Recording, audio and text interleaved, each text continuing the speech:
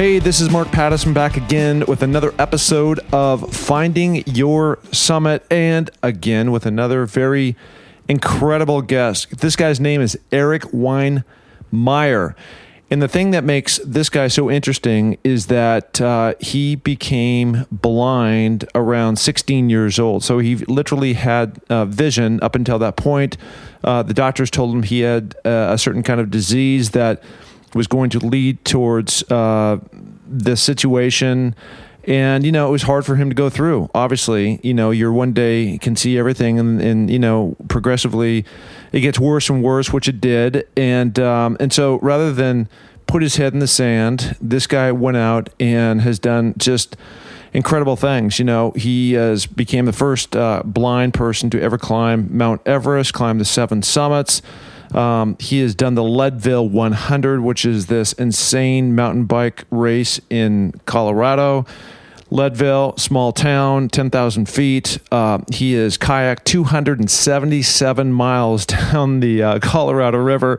I mean, imagine that. That'd be like tossing a bottle in a Category 5 hurricane, you know, but you're in a closet, you know, just, you know, getting bounced and turned upside down and spun around. And of course, he did all these things with the help of other people, but he just has this no barriers life. That's his whole motto. And there's nothing that you can't achieve, nothing that you can't do.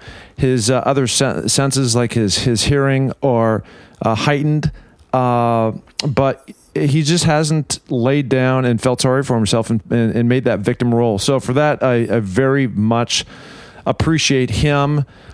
His honesty, his, I don't know, he was just very truthful and straightforward, and, you know, what it has been like. And then also he started this, this other foundation where he's out taking people with, or who are disadvantaged and helping them overcome these different things. So author of several books, this guy, really fun interview. I'm learning so much from all these different people, and it continues to inspire me. So just another one in a long line of folks who we've had on the show. So with that said, please continue to rate and review on iTunes. It is helping. Great things are happening. And that's that. So let's get on with the interview. Okay, here we go. Hey, this is Mark Pattison back with another exciting episode of Finding Your Summit. And in this case, I think it's very appropriate for somebody overcoming a lot of adversity and doing just amazing things out in the world. I'm talking to him from my World HQ in Hermosa Beach to Golden, Colorado. I'm talking to Erik Weihenmayer. How you doing? I'm doing great, thanks. So let me just start off with this so everybody knows. So I set this up right. So you are, I'm not sure if I'm saying this right, but legally blind, and you've been that way since you were a teenager or younger. And blind as a bat, I like to say. As a what? Blind as a bat? I love your humor. None of this legally blind stuff. I'm full blind. Okay, so I'm just trying to, you know, be politically correct. You know, you can appreciate that. I decided to blow that out of the water right in the first 30 seconds of the interview. I love that. That's just going to set the stage for everything else. So the other thing about you and the way you lead your life, and then we're going to get into like all the different things that you've done, is you've got this whole motto about no barriers life, and that's carried over to a lot of other people. So, so let's get back into, well, I want to set up one other thing. So Erik is a guy who has had all these different amazing accomplishments, actually things I'm trying to do myself. One of those things is climb the 7 summits, been on top of Everest, the first blind climber to do a lot of these different achievements, which just is amazing to me. But let's go back to when you were a child growing up, I think on the East Coast. And, you know, how did all this happen? Because you were born with vision and then you lost that vision. And how did all that happen? Yeah, I grew up pretty much like just a normal kid. You know, I was in Connecticut. It's flat. You know, there's not any mountains or anything there. And I was born with this disease called retinoschisis. It was a genetic disease. And, you know, I guess I'm missing some kind of gene. But the doctors basically said there's no cure.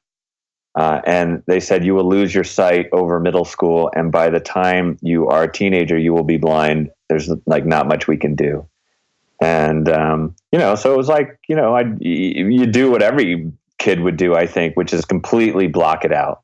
just deny it, like, what does blindness mean? It's like somebody saying like, one day you're going to die. Right. It's like, so I just blocked it out and was a kid. And I tried to do all the things that that like play basketball. If I got pounded in the face by the ball a lot, but I hung in there and running around through the woods and riding my mountain bike. And just, I'd fly down my driveway and jump over these plywood ramps that we would build. And because Evel Knievel was big back in the 80s. I was doing the exact same thing, by the way, in Seattle. Yeah, it was great. And then, middle school, I noticed that I can't see like the hallway when I come in from recess, or I can't see the whiteboard anymore. I can't read stuff. I can't find my way to the bus stop. Like the shadows and the light are getting confusing me, and I don't know where I am, and just stuff like that. It was like, even then though, what's crazy is I still denied it. I still pretended like it wasn't happening. Like, I would make up excuses like, well, maybe I didn't eat a healthy breakfast this morning and I'm just lightheaded or something. I don't know. Just your brain makes up crazy things. And so when I actually went blind, like for real, like it was a week before my freshman year in high school. And I was so blind at this point, I couldn't take a step. Like I didn't know how to walk. I didn't have a cane or anything. And it was sort of terrifying. So part of what you're talking about is because you blocked it out, you didn't prepare yourself necessarily of learning how to read and walk and use a cane or a dog or, the other things that people use to navigate, life. Yeah, right? People tried to prepare me. Like my parents and my teachers were trying to teach me Braille, but I wanted nothing to do with it because I was like, going blind would be like defeat. It would be like something I didn't want to confront. And so, and I didn't want to be seen as a blind person, because being a blind person was like, just like, you're sitting there on the side of the street and you're, have your hand out and you're begging for, you're shaking your coin dish or whatever, and I just didn't know how to handle it. And, I just felt completely overwhelmed. And what's funny, not to jump ahead, but in writing of No Bears, which is, the latest book, I realized that people who go through adversity like I have, which is most of us, by the way, everyone feels the same. Everyone feels sort of hopeless, powerless, overwhelmed, like so the brain is so overwhelmed. It's just like spinning in space. And so that is not a unique thing. I realized that I went through. There's, a couple things to that. So what you were saying to me really resonates because one of the things that I have found over time that has become my biggest strength is never to give up. My biggest weakness is not giving up, not calling it at the right time. Right. And it sounds similar to what you're talking about in that you blocked it out. You weren't going to be defeated by this thing that was coming up on you. And so you turned your back on the things when maybe you would have, been more forward ahead if you would have embraced, that this is happening and not had your brain go there. I'm not saying it's right or wrong. It's just an observation. And that's one of the things I've learned over time. And it's a hard thing, especially when you start talking being about stubborn.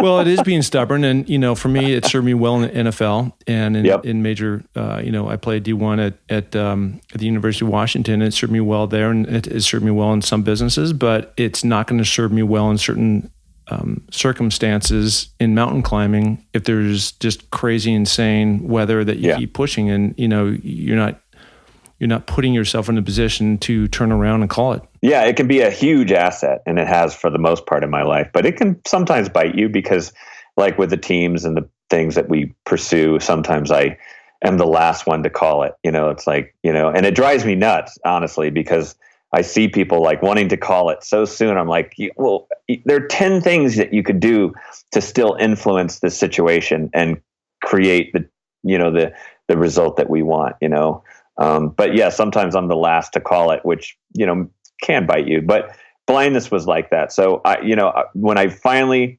got, fell off enough stairs and pounded my head against the wall, and I actually fell off a dock one time and did a flip in the air and landed on my back on the deck of a boat. Like, okay, I realized, okay, this thing is bigger than me. I'm blind. Like, and I'm scared now. Like, I'm not, scared of being blind. I'm scared of dying. Like, I'm going to kill myself because I'm in such denial. So, this kind of, I don't know, acceptance got beaten into me. And I just realized there was, your life is such a tricky, situation of what can you influence and what do you have to let go of? And blindness was something I had to let go of. Like, I could not change it. And, but within blindness, there were tons of things I could influence. I could learn to use a cane. I could learn to read Braille. And I reluctantly learned that stuff. And I found that stuff, those tools, brought me back to the world. So, motivation is one thing, or being inspired is one thing, but then you have to put in the crazy amount of work it takes to become adept at all those tools and skills, and eventually develop the right mindset that pushes the parameters, that pushes you into new places. Do you think going back to your earlier comment of when you fast forwarded, so I want to fast forward and go back to that comment and then go back to when you were in high school. Do you think by being blind actually was a benefit, or has been a benefit for you, when you're not visually seeing some of the dangers that are ahead? And if we're talking about mountain climbing or kayaking, and visually you're looking down like, holy, what? Yeah. What am I getting myself into? Where the people who can see, like, they're assessing the danger on a different level. No, I don't really think so, because I use my hearing. Blind people have something called flash sonar, or they can develop something called echolocation. So you can hear the drop-offs. You can hear the exposure, sound vibrations moving out through space and bouncing off of things. So you use your hearing for that sense of exposure. But like crossing ladders on Everest, you're on these wobbly ladders, 4 or 5 ladders lashed together. There's hundreds of feet below you. What's scarier, like falling into something you could see or falling into the unknown? I mean, that's a toss up. So I can't imagine that. Well, I will imagine. So yeah, I think you put your boots on in the morning, you know what you're doing, and you're not blind, quote unquote, blind to the situation and the dangers and the risks that you're out there doing. And then in kayaking, I mean, it's just full on insanity. Like, you're going down a river and you're getting hammered. Waves are hitting you left and right. You're bouncing off of rocks and spinning around and doing 360s and slamming left into something else that knocks you over, and you got to roll up, and then another thing hits you and knocks you over, and something else sends you into a cartwheel and you're up, and you're getting thrown left and right by like eddies and whirlpools. And so no, I'd say there's really not much of an advantage to being blind in any of this, except I will say this. I think, one of the sort of keys to my life has been to find the advantage in everything you do, and, to make everything into kind of as much as you can into an advantage. I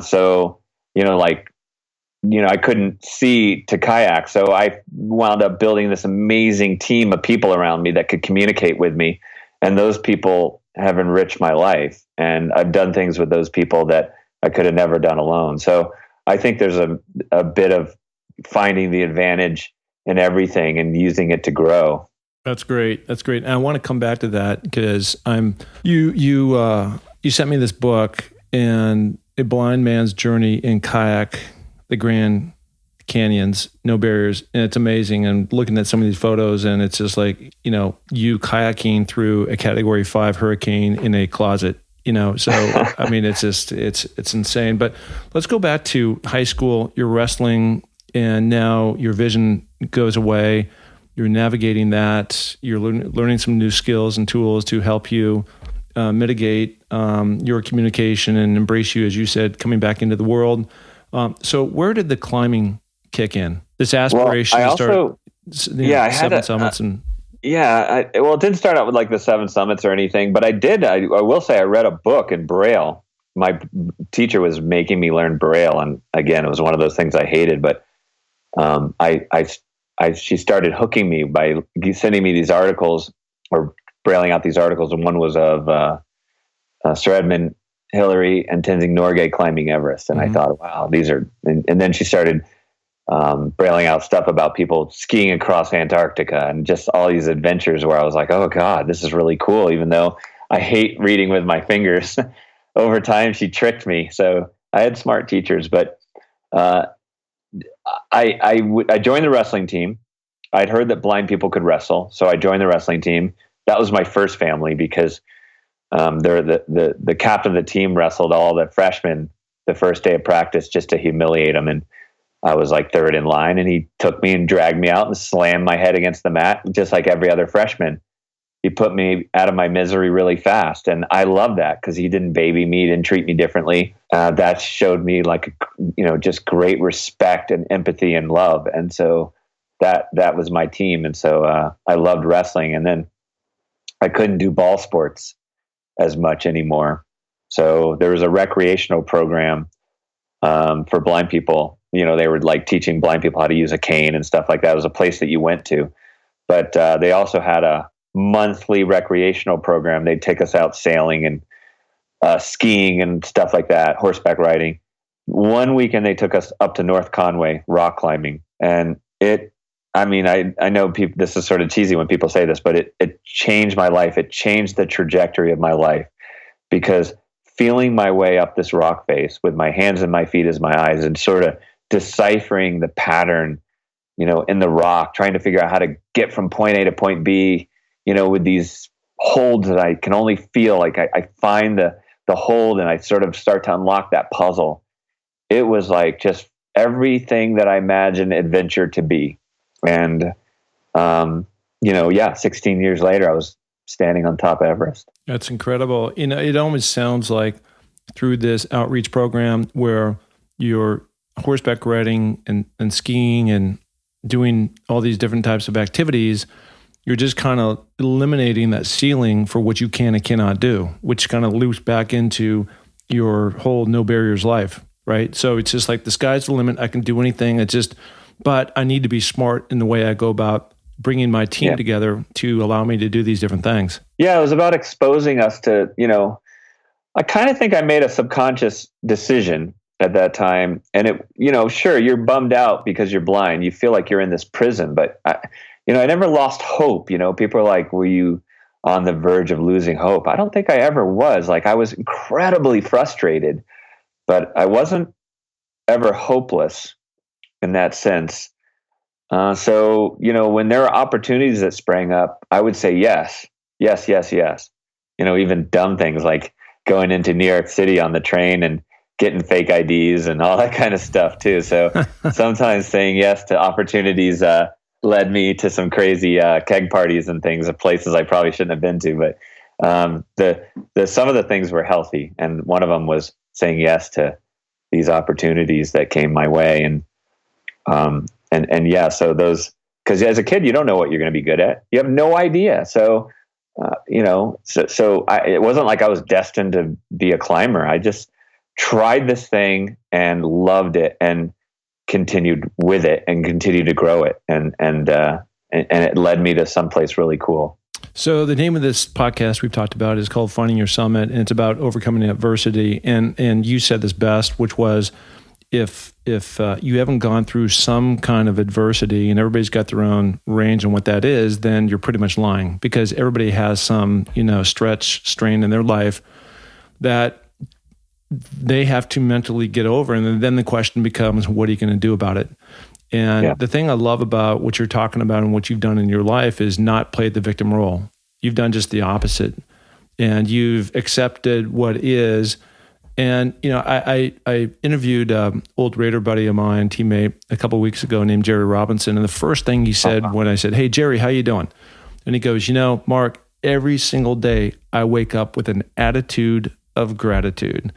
Mm-hmm. And I think you can always take your situation and look at somebody else like Kyle Menard, who we'll talk about in a minute, who I happened to, I was sitting there on a rock at about 18, actually it was about 22,000 feet on Aconcagua when he came crawling by. And this, for everybody who doesn't know who this guy is, he's this super stud dude who was born with no arms or legs. And so if you can imagine this guy like on stubs crawling up a mountain, and I'm looking at this guy, and again, all of our problems are all relative to ourselves. But again, when you put it out there like you've done, and you're going, okay, well, maybe I'm blind, and that's not the best thing in the world, but at least I have my arms and legs, so it's relative. And then Kyle saying, I may not have my arms and legs, but at least I'm not blind. Absolutely. And he's got that kind of attitude too, right? I spent some time talking to him, and just like it blows your mind and what kind of guy he is.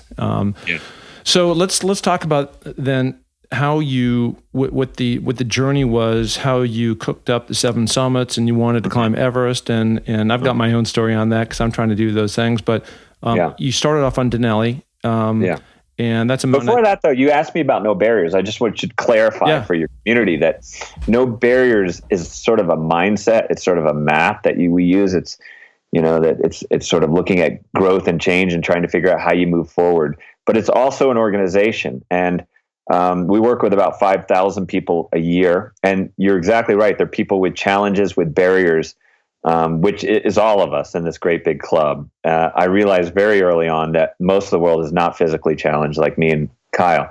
It's, people have what we call invisible barriers. It's like fear and anxiety and doubt and, trauma that is sometimes psychological. It's like a psychological scar tissue in the brain that you can't get through. Poverty can be a challenge. We work with kids in the foster care system who have lost parents to violence or war. So much of the barriers in our lives are not seen.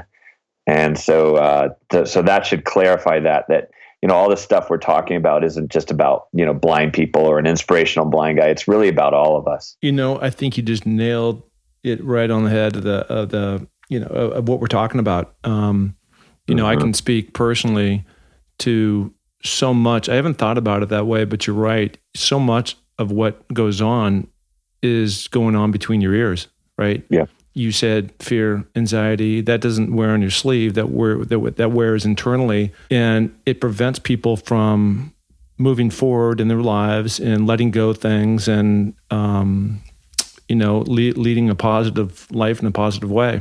So I'm glad you interrupted me and you went back and explained. So is that organization in Colorado? It is in Colorado, but we work all over the world. We do these expeditionary journeys with groups all over the world, from vets to youth to people with all kinds of different challenges, all the way down to youth. So it's been really, really exciting to do that. And the other universal thing is that all of us are kind of moving forward, and all of us get stuck. Like I remember going blind and just feeling stuck, like sitting in the cafeteria, listening to all the excitement and laughter and joy. And it's like so much great stuff out there. And I'm sitting here at this table by myself, just miserable in this prison. And so that's the other thing I think that's relatable to everyone. Everyone, moves forward, and then they just have these moments where they feel stuck along the way, and they're not, being the person that they want to be. And so how do you get unstuck? And so No Barriers is a lot about how to get unstuck in life. And we've developed a lot of curriculum around how to do that, and some really cool experiential stuff that gets people back living again. That's great. One of the things I say is action creates reaction. So even though you may not know exactly what you want to do or how you're going to get there, being stuck, as you're talking about, does not move the ball forward, right? And making a choice, entering a program, reading a book, talking to a business coach, a life coach, whatever that thing is for you, as long as you're taking a step, you're going to know one way or the other, is it the right step or not the right step? But you don't know that if you don't do anything about it. Yeah, 100%. In fact, a lot of the people that come into our programs, they've had really tough stuff. I mean, like if anyone should crawl under a rock and, say the world is really a bad place, I do not trust this world, these are folks who should be those people. And they don't, some of them do, some of them, sort of self-sabotage, they explode the situation, and they just like blame the team and blame everything but themselves, because that's path of least resistance thinking. But some of the people, despite that darkness and the patterns that they've got stuck in, they keep an open heart and they go through this experience and they try to glean as much as they can from it. And when they do that in this really vulnerable, open way, these great changes happen. So we have people take pledges at the end of their experience. Just an example, one guy made a pledge that he wanted to start a service organization for veterans training service dogs. Well, this guy now runs an organization. He just built a facility down in South Carolina. He's training, hundreds of service dogs. He's saving lives of people that are suicidal, that are, suffering from all kinds of challenges, and he's paying it forward. And this is a guy that, could barely function 5 years ago. And that sort of purpose in his life drives him forward, gives him great energy. So yeah, it's a really cool process to watch happen. And it's not sort of like in movies, where, growth is just like this nice, arc upward with a nice crescendo at the top, and then you eat some popcorn and you go home. No, it's ongoing work every single day. This guy writes me, probably once a week and says, I feel so unqualified. I feel so unprepared. And I'm like, dude, join the club. Right? That's the way we all feel from time to time. So keep doing this great work. Yeah. Well, that's the key is consistency and discipline. And I think, this is my impression. There's a lot of people go and they're having problems or issues, or they feel stuck in their life. And so they'll go see somebody like Tony Robbins and or motivational speaker, and people will teach them how to take a step forward, and they're all pumped up. And then they come off that weekend and they drop off because they don't stick to that plan. And I think if, it sounds like you guys have a mentorship program or something to continue to support and promote and encourage people to continue to do what they learned at your camps. Exactly. Yeah. And we could do a lot better. We're growing and trying to be the best version of ourselves at No Barriers. But yeah, we have a social worker who follows them and harasses them and facilitates good things to keep, them on the right track. And it's we're really happy. Although we want to keep growing this idea of no barriers, because I think people really need it in their lives. I think the country really needs it right now. Like last summer, we were doing this other hiking clinic. It was really fun. And we had this guy named Cole Rogers. He's a great kid. And he has this disease where, he can't move his muscles, and his he's only probably about 90 pounds, but he's just total go-getter. And so he joined us, and we figured out the right technology, this thing called the Action Track chair that is like a tank. It's got tank wheels, and it's a joystick, and it has an electric motor, and it charges up mountains. It's really cool. And so he was climbing in his Action Track chair. We're all like pushing and pulling and trying to, get to the rocky sections. And about 150 yards from the summit, the battery dies, and, we're like, hey, we'll carry you to the top. And Cole says, no, I'd really rather, you mind if I just try to get there on my own? And we're like, sure. So guy gets out of his Action Track chair, starts crawling through the alpine tundra, like Kyle, crawling. 40 minutes later, he's left a lot of blood and skin on that mountain, but he's at the summit. And I'm thinking, like, that's what people got to experience. They got to see that, because that's what we should all be tapping into, right? Enough sort of blaming and attacking and reacting and responding. Just tap into that, and we will be better people. No, absolutely. The power of positivity, the power of self-improvement, the power of never giving up. I think, again, going back to Kyle, I saw that firsthand, exactly what you're talking about going up. And so there were different people on our climbing team who didn't make it. And, I was a little gassed up there at high altitude. And so now I'm looking at him, I'm like, okay, so if this dude is going up there with such a positive attitude, crawling his way up, there's no reason in the world why I can't, get up and march to the top, which I did. Yeah. And so it's inspirational, it's really great. I'll just say something that maybe sounds a little bit crazy on the surface, but I think in a way, crabbing to the top of a mountain or being blind and sort of groping your way to the top of a mountain, I think that's the easy part. I think that's the easy part because, when I came down from Everest, PV, who was our team leader, he's this amazing leader.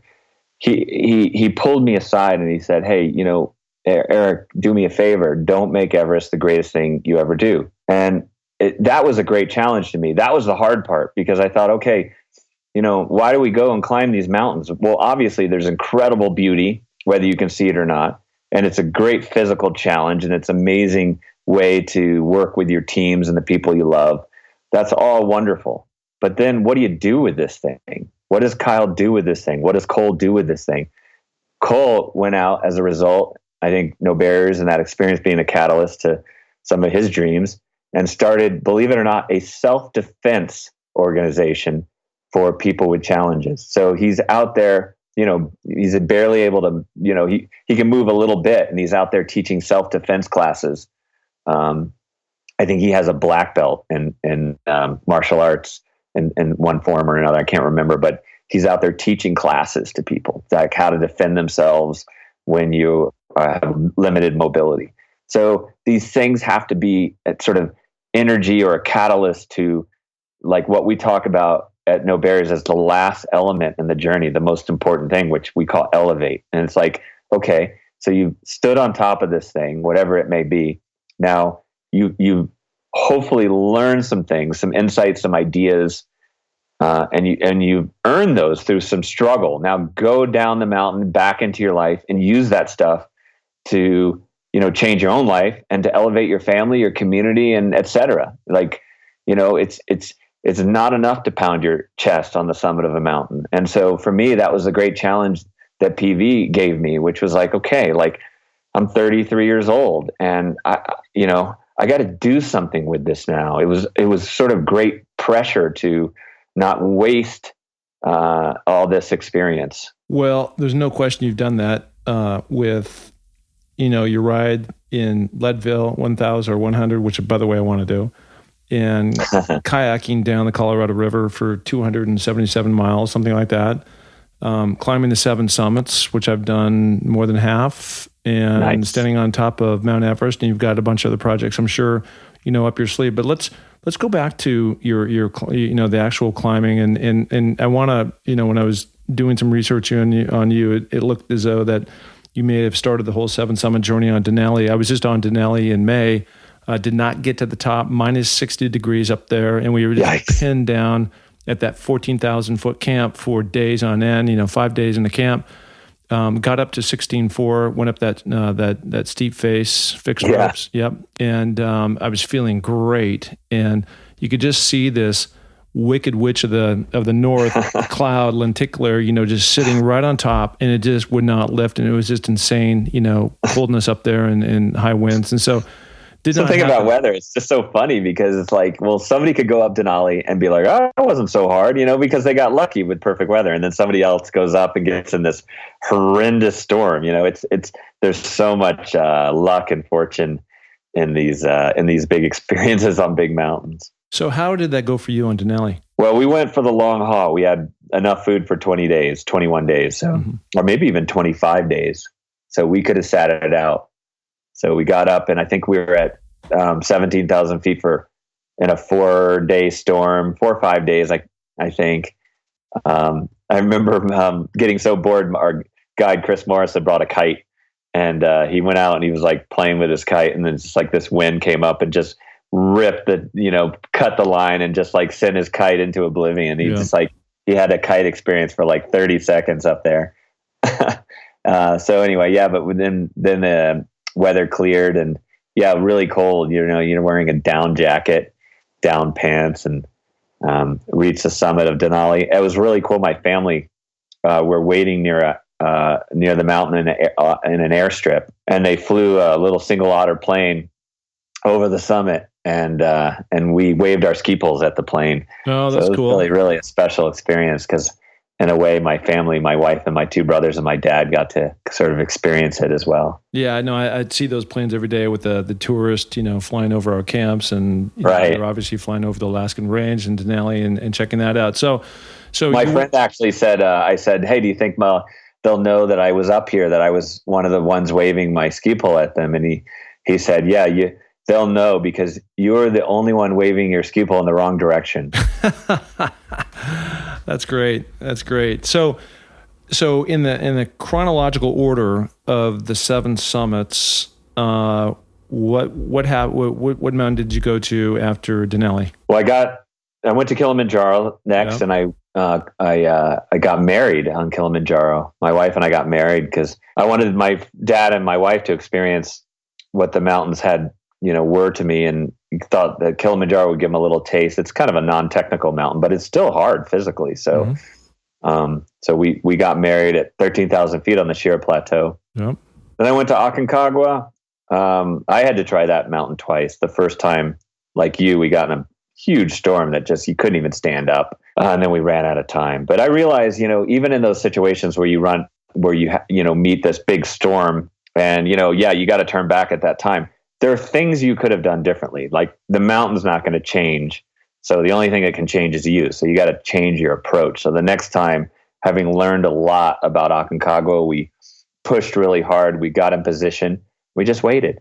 And sure enough, we got like the one good day in like 3 weeks or something, and came down the mountain, and another big snowstorm came in, and like nobody summited for like 2 weeks or something. So you do learn a lot in these things. And then I went to Antarctica, to Mount Vincent, had a great experience there, and then to Everest, and then to Mount Elbrus, which is in Russia. We skied down that mountain. That was really cool to ski off the summit. My buddy Eric Alexander was out in front of me screaming, turn left, turn right.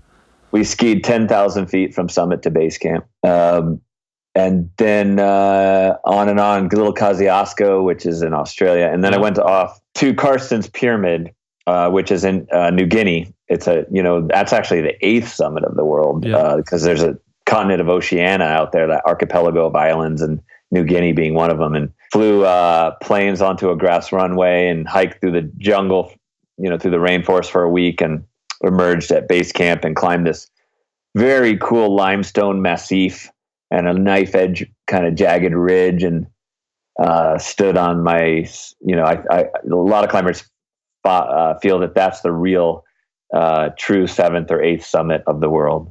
Yeah, I know that. I've had some buddies down there. Everybody who goes down there gets soaked in rain. I don't know if that happened to you going to the jungle. You get poured. Like, it was a really hard trip. I mean, there were days where you hike 12 hours through the rainforest. And it's not like, flat rainforest. Like, you're hiking on a lattice work of roots with, you're 10 feet off the ground. You're hiking along big trees that have fallen. That's the actual trail. So it's like 6 or 8 feet off the ground. You're climbing down roots and mud, like with a crazy river that if you fall, you're definitely going to die. And then across these bridges that are lashed together with rattan vines, and they're like shaking, and there's a 200-foot drop below you into this raging gorge, and you're just like, it was crazy. The approach was way harder than the climb itself. Yeah, I was in Nicaragua climbing volcanoes last Christmas, and on one of the climbs, same type of deal where you're just going through this jungle, this rain. It was just miserable. You're just not having fun. Raining the whole time. The entire time. Yeah, it's going. I mean, I'm cold. It's, I brought the wrong stuff, and so it was soaking through, and your shoes, you're up to like 8 inches of mud, and it's just not fun, right? And the porters, I remember, they went into this tent, this like kind of tarp, and they closed it off, and they were all like smoking inside, smoking cigarettes.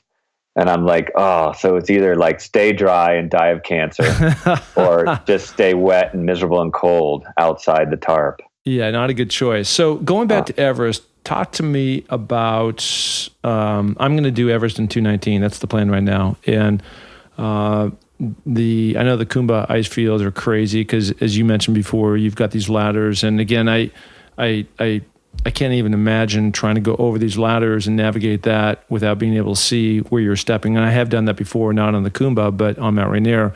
And it must have been terrifying, or how did you take that on? Well, the Kumba ice fall is like a blind person's worst nightmare. It's just like, it's where the glacier drops off of Everest, and, it sort of collapses under its own weight and sort of tumbles down the mountain like a river of ice. And so it's just like boulders and seracs and cornices and crevasses, just jumbled up boulders of ice. every size imaginable. And you got to cross through that thing. And it's definitely the crux on Everest. And so for me, it was just incredibly hard. I mean, my first trip through the icefall took me 13 hours crossing through all those ladders. You're training your feet to step over the rungs, and lock onto the rungs with your crampon points in a certain way and do it by feel. I'd practice those ladders a ton in my yard. But then when you got to Nepal with these sketchy Nepali construction ladders, 4 or 5 of them lashed together, it was just a different animal. It was hundreds of foot below you. So yeah, your first urge is to crawl across those ladders. But if you do that, the Sherpas, and you should know this for Everest, they'll count you out. They'll really look down on you. You got to walk across these ladders. You cannot crawl. And in fact, it's funny enough, I don't know if it's superstition or just coincidence, but there was a guy who crawled across his ladder, and the Sherpa turned to me and he's like, he'll be going home in a week. And he left in a week. Nobody forced him out or anything. He just went home because who knows, but something about, attacking these ladders and the Khumbu Icefall in a bold way sort of sets the tone for what's ahead. And so anyway, so I forced myself to walk across these ladders. Like, your legs are shaking. You got what's called Elvis legs. So it's like sewing machine legs shaking back and forth, and you're hanging on these ropes. And, I think my first walk across this big ladder probably took me 10 minutes, and it was really, really hard. But the crazy thing is, you train your brain, and over time it gets easy. The ladders are easy. You're just like locking your crampon points over the rungs, and you're flying across these ladders. Like, they're the place you actually use to rest. So yeah, I would say practice those ladders, and then it'll be scary as hell at first, and then it gets easier. How was the summit day from Camp 4 up to the top? How was that for you? Look, so people have good days and bad days in mountains, right? And sometimes I've had some bad days, like my first, when I summited Aconcagua, I remember I didn't have such a great day. I was really felt like tired, and I had sort of a altitude sickness in my brain where Chris, my guide, would say, hey, turn left, move left. And I'd have to really think about what left meant, and it was like I was perceiving reality through a straw. My reality had really shrunk down. My awareness had shrunk down, and I was just sort of out of it, and so you have those days, and then you have an Everest day where I felt great. Climbed up to the balcony. There was a big lightning storm, so we sat out at the balcony kind of shivering for an hour. The weather started changing, and the clouds started passing by, and it seemed like it was getting clear, so we pushed on, inched my way across the knife edge ridge, just kind of feeling my way. Climbed the Hillary Step, which wasn't that hard because I had a rock climbing background. And then you're about half an hour from the top, and I remember counting my breaths. I was taking 6 breaths between each step. When I had trained a ton over the last 2 years, my friend Gavin had taught me this thing called the finish line game. I changed the name to the summit game. It's like when you're really tired, you envision yourself and your team standing on top. Like, you really truly put yourself there. You feel the tears, you're holding the flag, you're hugging your friends, you hear the photos snapping, you're there. This is the greatest moment. And it gives you kind of an energy to keep powering forward. So I kept playing this summit game as I was counting my breaths. I used to do that, and we call that in sports visualization, right? So you're visualizing what plays. Like in my case, I was a receiver, and so I visualized myself catching the winning touchdown. Love it. 1,000 times. Yeah. My first game I started, we were playing Michigan in Seattle, and they were ranked number 1 in the country. We were down by 14 in the fourth quarter. We came back with about 10 minutes to go, scored a touchdown with about 30 seconds to go. The same thing happened. The play that I had imagined 1,000 times It was a little fade route to the end zone, back of the end zone, jumped up over the top of the guy, grabbed it, came down, scored. We win the game, and it was an amazing event. But those when the reporters were asking me about that play after the game, I said I've done that 1,000 times. So it's the same type of thing. 1,000 times, right? Yeah, absolutely, and you got to see yourself where you're going to be and how you're going to get there. Well, I was hiking up to base camp with Chris Morris one day. We had been resting down below at the highest tea house is like at 14. Well, no, there's some other higher ones, but we went down to 14,500 feet. And that's like low altitude at that point because base camp's at, almost 18,000 feet. So we came down, we were resting, we came back up, and Chris Morris says to me, "Hey, so how do you feel? Like, what are you feeling at this point?" I said, the ice fall has been so hard for me.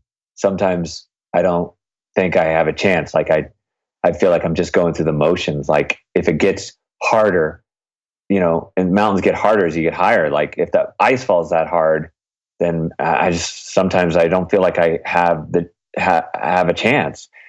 And he stormed off and he goes, then you don't. And Chris Morris is this great friend of mine. He's very, very blunt. That's all he said. Just like, then you don't. He didn't say another word.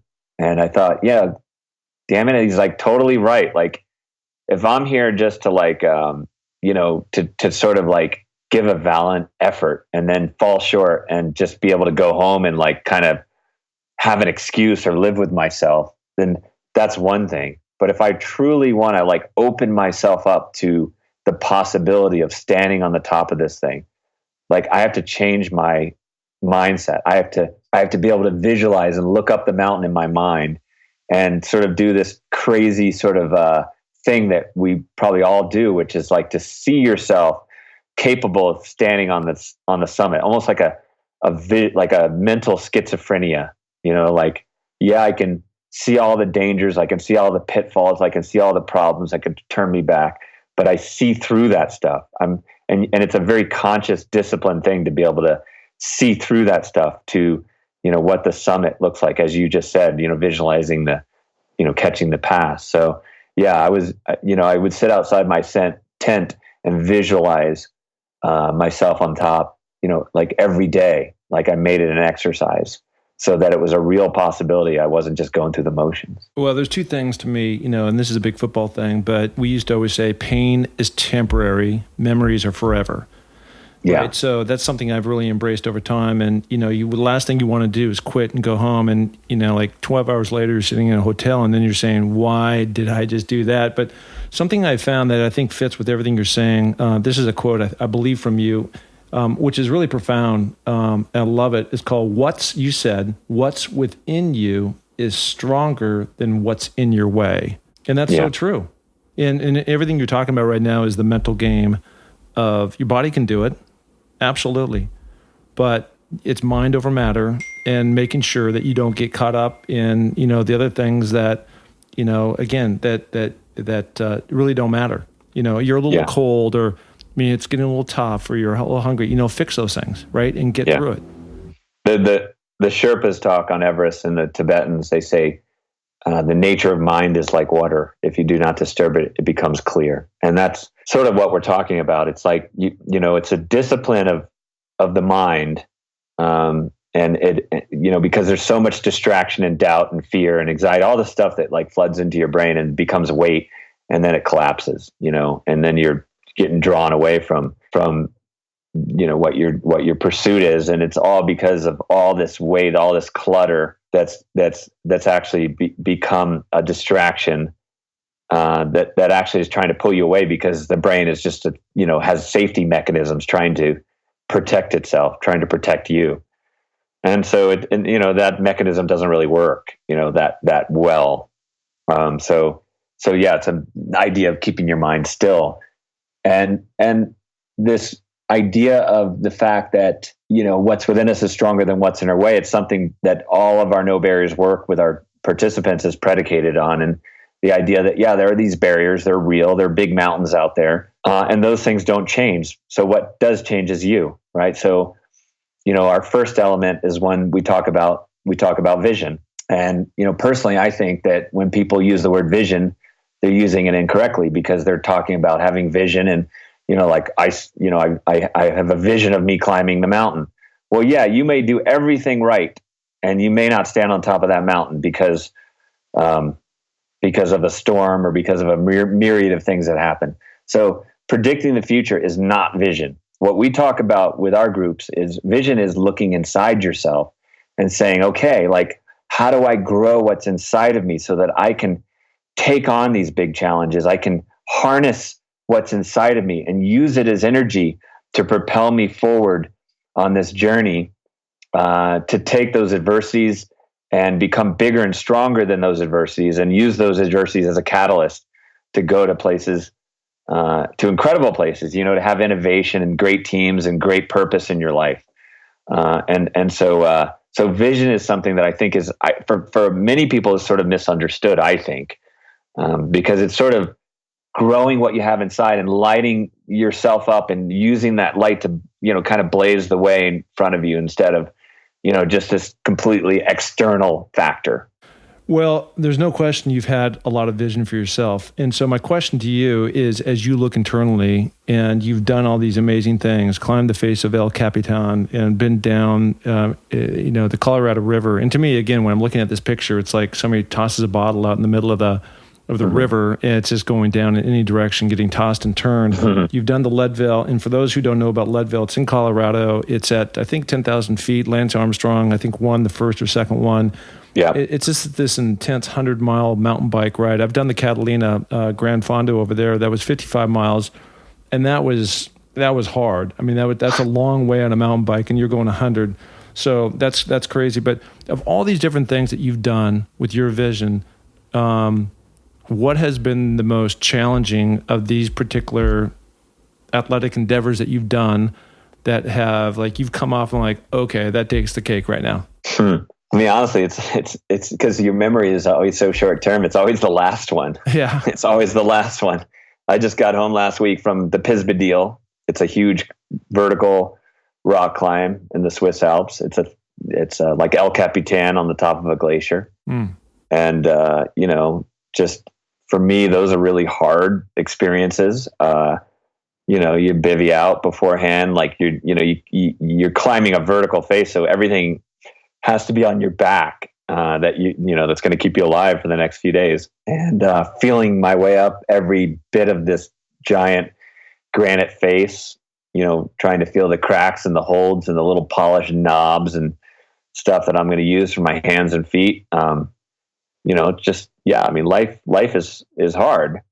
I popped off a knob, one of these little holds, and went flying to space and smashed into a ledge and broke a rib. And okay, what choice do I have? You just keep going, right? So, yeah, I mean, life is definitely hard. And I'm not sure if I mentioned this, but I wrote a second book. It was called The Adversity Advantage, and we coined this sort of category of people, quitters, campers, climbers.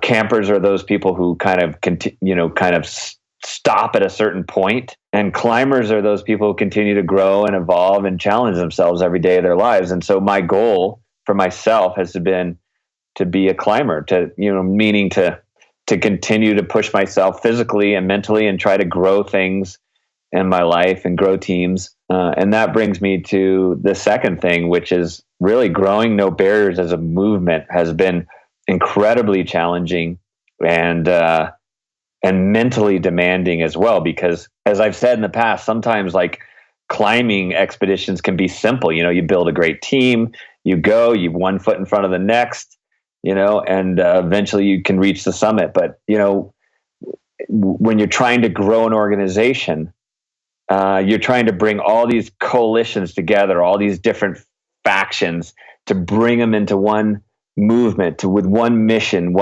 everyone's on the same page, you're using the same language, you're using the same, you're going through the same rituals and ceremonies together, and really trying to have glue that binds you together in a really authentic way.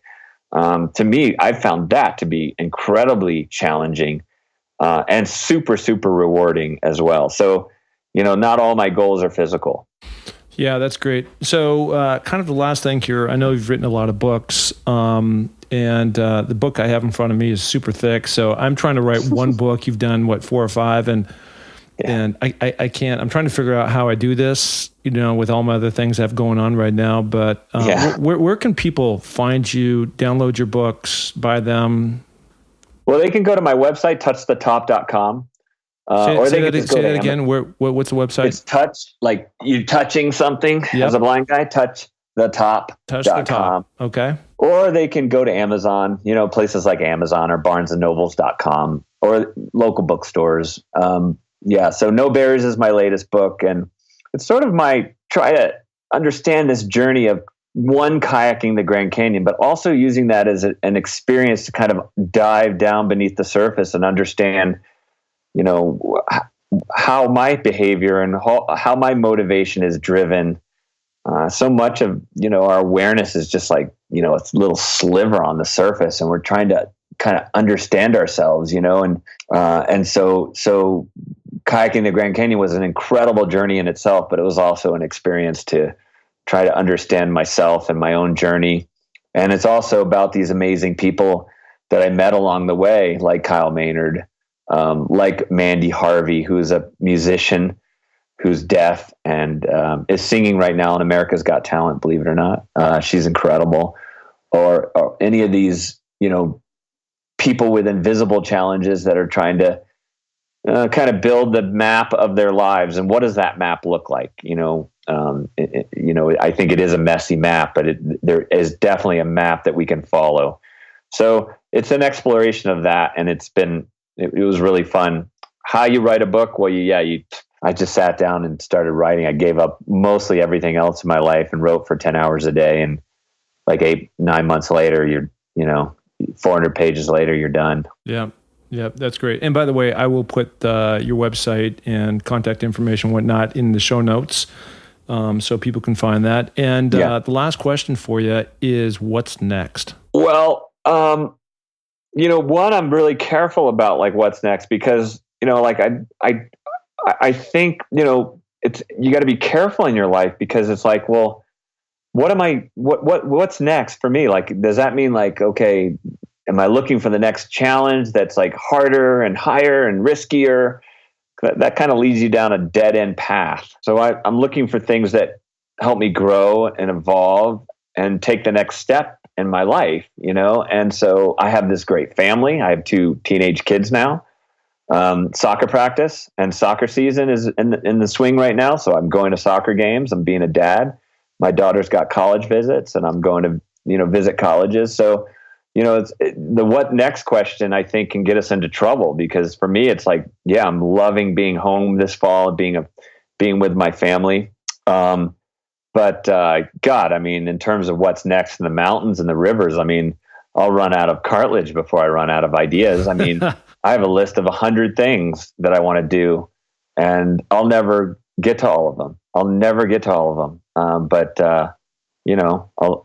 I'll die worn out, I guess. Well, you're a good dad, I can tell. I've got 2 daughters myself who are in college, and so I've gone through all the volleyball and soccer matches, in my past, and you certainly are very accomplished, and you've turned your I'm not sure if I want to call it a handicap, but your adversity into a positive in a big time way, and not just for yourself, but there's no question that you've affected so many other people in terms of really broadcasting that message and helping them along and saying, hey, you don't have to feel sorry for yourself. You can make change too, and you can be all that you can be, and here's how. So we all need that mentorship. We all need those people that we can look up. In my case, there was a lot of coaches along the way that helped push me, which I'm very thankful for. And it sounds like you are that guy for a lot of other people. So congratulations on that and all your successes. Thank you. Yeah. And I have a lot of mentors, great people in my life too. Blind guys don't climb Everest alone or kayak the Grand Canyon. I've had amazing mentors, and when I probably think of the thing I'm most blessed and fortunate for, and that's my friends and my mentors in my life. Well, Erik, thank you so much. It's been just an amazing interview, and you fit exactly into the bucket that I'm trying to find about overcoming adversity and finding success. And that's why I call it Finding Your Summit. Thank you. So I love your community and what you're building. So yeah, it's very no barriers. Absolutely. All right, buddy. Thank you. Have a great day. All right. Great, man. Thanks. Hey, this is Mark, and thank you so much for tuning in to the podcast this week. We had another great guest, and it is so awesome to continually have these different people on, talk about their different adversity, how they've overcome that, and what they've done to affect change in their life to become very successful. So, really appreciate you guys tuning in. So, as always, we love the rating and reviews that you guys do on iTunes. If you haven't done that, please go do that. It really helps us in terms of increasing our visibility within Apple iTunes. And anyways, it's just fun to share the love and what these different stories, these different people are all about. So make sure you tune in next week. We appreciate it. And that's it. Bye.